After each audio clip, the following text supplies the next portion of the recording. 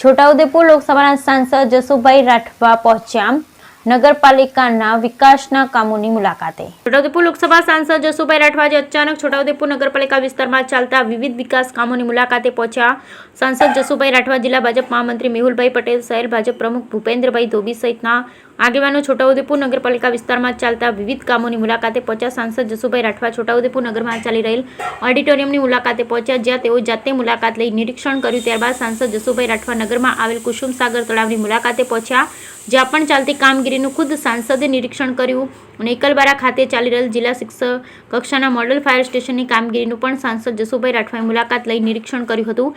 સાંસદ જસુભાઈ રાઠવાએ સ્થળ પર હાજર અધિકારી કોન્ટ્રાક્ટરને સારી ક્વોલિટીવાળું કામ થાય તે સૂચન કર્યું અને જલ્દી સમય મર્યાદામાં કામગીરી પૂર્ણ થાય તે માટે અધિકારી અને કોન્ટ્રાક્ટરને સૂચન કર્યું। Bureau report Rehan Patel, Chhota Udaipur. આજે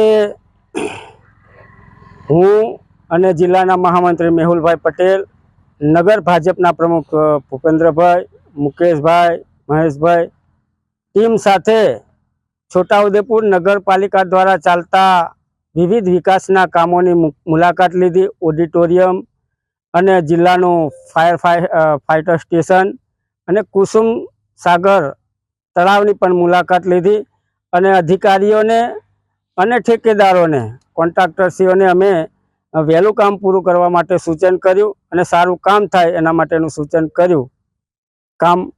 તમામે તમામ કામની મુલાકાત લીધી।